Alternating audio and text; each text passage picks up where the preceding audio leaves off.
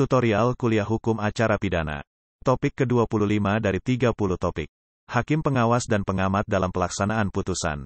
Disediakan di Global Tutorial. Menurut Pasal 1 Ayat 3, Undang-Undang Dasar 1945, negara Indonesia adalah negara hukum. Salah satu ciri negara hukum Indonesia yaitu adanya pembagian kekuasaan, antara lain, eksekutif, legislatif, dan yudikatif. Kekuasaan yudikatif, mengadili, dilaksanakan dalam suatu sistem peradilan pidana yang terbagi atas beberapa subsistem yaitu kepolisian, kejaksaan, pengadilan, serta lembaga permasyarakatan. Berdasarkan Pasal 16 Ayat 1, Undang-Undang Nomor 4 Tahun 2004 tentang Kekuasaan Kehakiman yang juga dilihat dari pembagian subsistem tersebut, pengadilan selalu diidentikan dengan hakim yang bertugas mengawal jalannya pemeriksaan sidang hingga adanya suatu putusan pengadilan. Hakim adalah pejabat peradilan negara yang mempunyai wewenang untuk memeriksa dan mengadili semua perkara yang wilayah hukumnya meliputi daerah kekuasaannya, kompetensi absolut. Memeriksa dan mengadili suatu perkara merupakan tugas pokok hakim yang diatur dalam undang-undang. Pengadilan tidak boleh menolak untuk memeriksa, mengadili, dan memutus suatu perkara yang diajukan dengan dalih bahwa hukumnya tidak ada atau kurang jelas, melainkan wajib untuk memeriksa dan mengadilinya, maka hakim dalam hal ini tidak boleh menolak untuk memeriksa dan mengadili semua perkara yang diajukan. Dalam proses peradilan, setelah proses persidangan maka hakim mengambil keputusan yang diucapkan di muka persidangan yang terbuka untuk umum.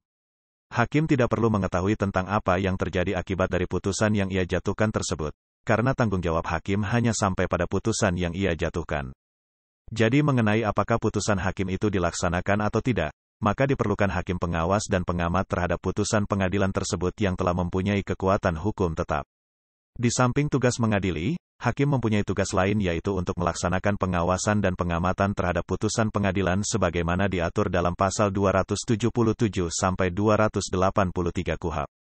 Tugas pengawasan dan pengamatan ini dilaksanakan setelah pengadilan menjatuhkan putusan yang mempunyai kekuatan hukum tetap, artinya terhadap putusan tersebut sudah tidak ada upaya hukum lagi. Sebagai pelaksana putusan pengadilan atau vonis hakim adalah jaksa sebagai eksekutor.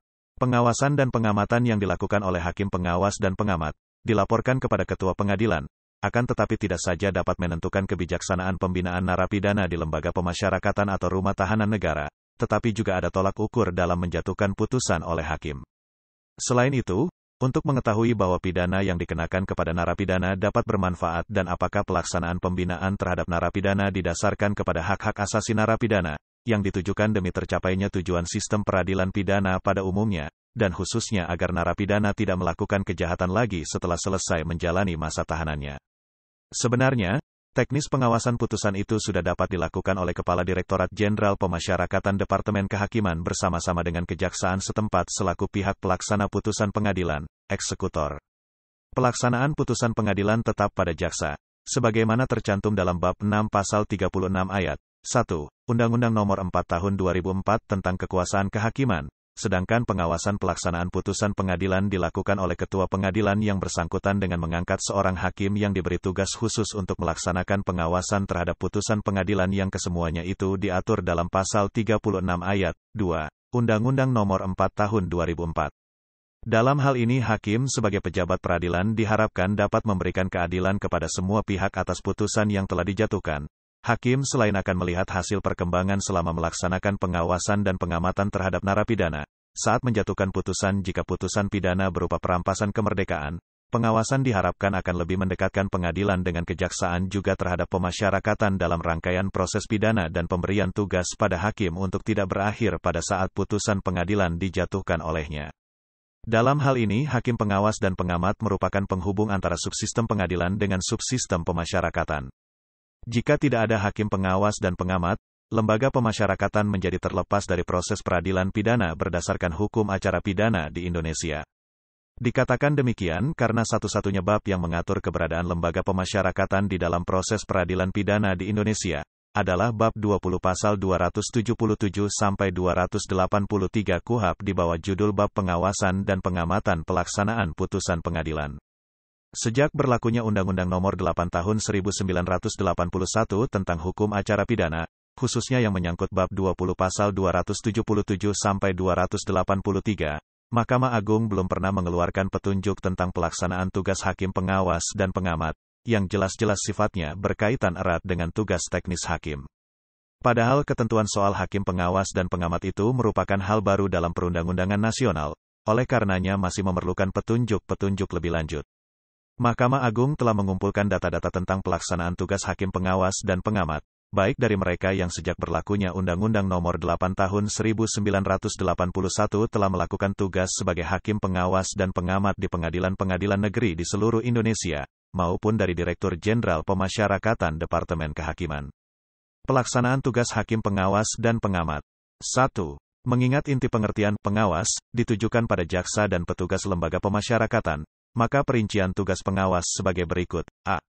Memeriksa dan menandatangani register pengawas dan pengamat yang berada di Kepanitraan Pengadilan Negeri.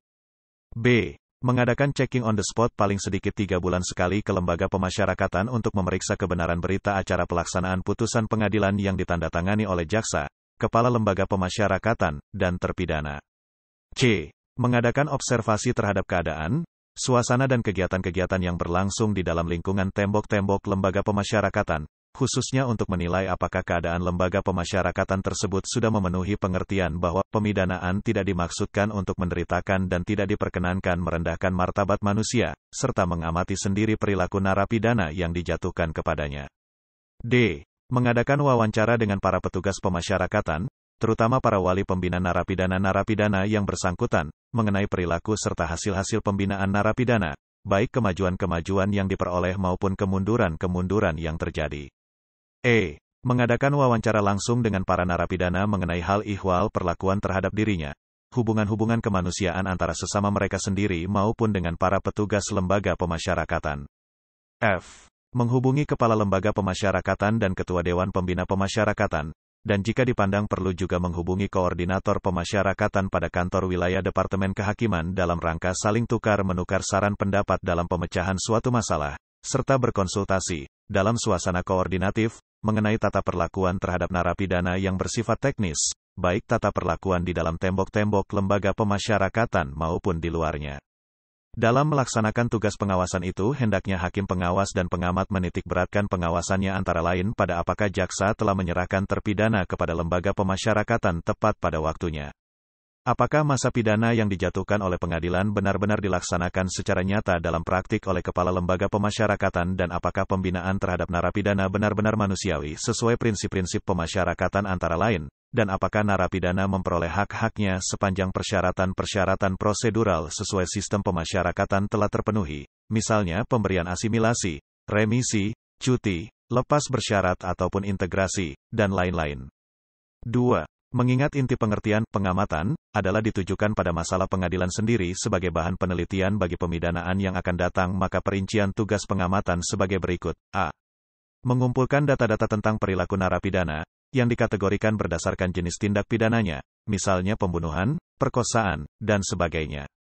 Data-data mengenai perilaku narapidana ini dapat berpedoman pada faktor-faktor antara lain, tipe dari pelaku tindak pidana, misalnya untuk pertama kali melakukan tindak pidana, residivis, dan sebagainya, keadaan rumah tangganya, baik-baik, bobrok, dan sebagainya, perhatian keluarganya terhadap dirinya, besar sekali, kurang, dan sebagainya, keadaan lingkungannya, tuna susila dan sebagainya, catatan pekerjaan, penganggur dan sebagainya, catatan kepribadian, tentang, egosentris dan sebagainya, jumlah teman-teman dekatnya, 1, 2, 3 orang, atau lebih, keadaan psikisnya, dan lain-lain. B. Mengadakan evaluasi mengenai hubungan antara perilaku narapidana tersebut dengan pidana yang dijatuhkan. Apakah lamanya pidana yang dijatuhkan terhadap narapidana dengan perilaku tertentu sudah tepat, dalam arti cukup, untuk melakukan pembinaan terhadap dirinya sehingga pada waktu dilepaskan nanti, narapidana tersebut sudah dapat menjadi anggota masyarakat baik dan taat pada hukum. Data-data yang telah terkumpul dari tugas-tugas yang telah diperinci tersebut di atas hendaknya dilaporkan secara tertulis oleh hakim pengawas dan pengamat kepada Ketua Pengadilan Negeri paling sedikit 3 bulan sekali dengan tembusan kepada Kepala Lembaga Pemasyarakatan, Kepala Kejaksaan Negeri, Ketua Pengadilan Tinggi, Kepala Kantor Wilayah Departemen Kehakiman, Kepala Kejaksaan Tinggi, Ketua Mahkamah Agung Republik Indonesia, Menteri Kehakiman Republik Indonesia, dan Jaksa Agung Republik Indonesia.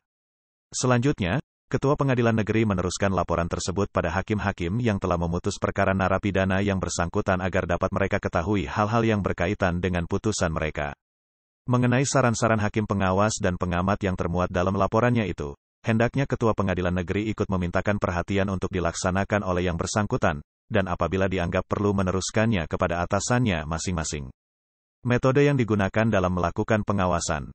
Metode yang digunakan dalam melakukan pengawasan dan pengamatan adalah metode edukatif, persuasif yang ditunjang oleh asas kekeluargaan dalam arti di dalam menjalankan tugasnya.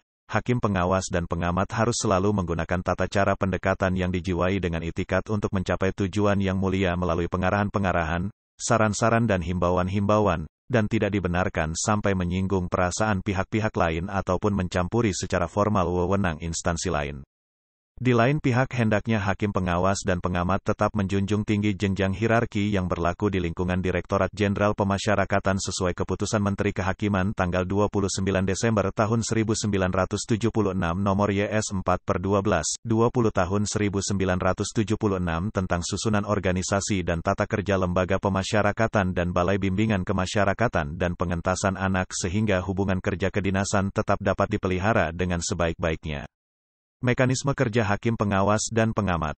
Mekanisme kerja hakim pengawas dan pengamat harus memenuhi tata cara yang praktis dan pragmatis, harus mengumpulkan fakta nyata berdasarkan keadaan yang sebenarnya, jauh dari pencampuran opini subjektif. Hal ini perlu untuk mencegah timbulnya kesimpulan yang menyesatkan. Ruang lingkup tugas hakim pengawas dan pengamat. Pelaksanaan tugas hakim pengawas dan pengamat hanya ditujukan pada narapidana, tidak termasuk yang berasal dari putusan pengadilan militer, yang menjalani pidananya di lembaga pemasyarakatan yang terdapat dalam daerah hukum pengadilan negeri ketika hakim pengawas dan pengamat yang bersangkutan bertugas. Ini berarti, 1. Tidak selamanya seorang hakim pengawas dan pengamat mengawasi dan mengamati pelaksanaan putusan-putusan yang dijatuhkan oleh pengadilan negeri ketika ia bertugas. Akan tetapi dapat juga ia mengawasi atau mengamati pelaksanaan putusan pengadilan-pengadilan negeri lain. 2. Adanya kemungkinan seorang hakim pengawas dan pengamat tidak mempunyai subjek pengawasan atau pengamatan dikarenakan dalam daerah hukum pengadilan negeri di tempat mana ia bertugas tidak terdapat lembaga pemasyarakatan. Dalam hal seorang narapidana setelah menjalani sebagian pidananya, kemudian dipindahkan ke lembaga pemasyarakatan lain maka wewenang pengawasan atau pengamatannya berpindah kepada hakim pengawas dan pengamat dari pengadilan negeri dalam daerah hukum mana lembaga pemasyarakatan itu berada. Sehubungan dengan itu maka hakim pengawas dan pengamat yang lama harus mengirimkan data-data perilaku narapidana kepada rekannya di pengadilan negeri dalam daerah hukum mana lembaga pemasyarakatan yang baru itu berada. Untuk menjaga keutuhan sistem kearsipan, hendaknya yang dikirimkan itu hanya salinannya saja. Pelaksanaan tugas hakim pengawas dan pengamat terhadap narapidana yang telah selesai menjalani pidananya atau pidana bersyarat. Pelaksanaan tugas hakim pengawas dan pengamat terhadap narapidana yang telah selesai menjalani pidananya atau terpidana yang dijatuhi pidana bersyarat sedapat mungkin dilakukan dengan bekerja sama dengan aparat pemerintah desa, kepala desa, lurah, sekolah-sekolah, pejabat-pejabat agama, yayasan-yayasan yang berkecimpung dalam bidang sosial yang sudah bisa membantu pembinaan bekas narapidana. Misalnya perhimpunan-perhimpunan reklasering yang terdapat di beberapa kota-kota besar, Balai Bispa, Direktorat Rehabilitasi Tuna Sosial, Direktorat Jenderal Rehabilitasi dan Pelayanan Sosial, Departemen Sosial, dan sebagainya. Berhubung situasi dan kondisi di berbagai daerah masih belum memungkinkan, untuk sementara Mahkamah Agung masih menyerahkan pelaksanaan tugas pengawasan dan pengamatan terhadap narapidana yang telah selesai menjalani pidananya atau terpidana yang dijatuhi pidana bersyarat ini pada kebijaksanaan para hakim pengawas dan pengamat di daerah. Jumlah hakim pengawas dan pengamat. Hakim pengawas dan pengamat dapat berjumlah lebih dari satu orang di satu pengadilan negeri. Hal ini tergantung dari besar kecilnya jumlah terpidana yang berada dalam ruang lingkup tugasnya. Misalnya di satu daerah hukum pengadilan negeri terdapat lebih dari satu lembaga pemasyarakatan, akan tetapi dengan kapasitas penampung besar. Demikianlah materi topik ke-25 tutorial hukum acara pidana. Channel Global Tutorial sangat bermanfaat bagi yang ingin menambah wawasan, termasuk mahasiswa perguruan tinggi negeri dan swasta manapun di Indonesia. Video tutorial dituturkan dan disubtitelkan agar dapat ditonton, dibaca sambil didengarkan. Jangan khawatir jika belum langsung paham. Untuk pemahaman yang lebih baik, putar dan dengarkan video ini berulang-ulang. Subscribe dan like, agar Anda mendapatkan update tutorial lainnya. Bagikan juga link video ini, agar teman lain juga mendapatkan manfaat channel ini. Sekian dan terima kasih. Sampai jumpa.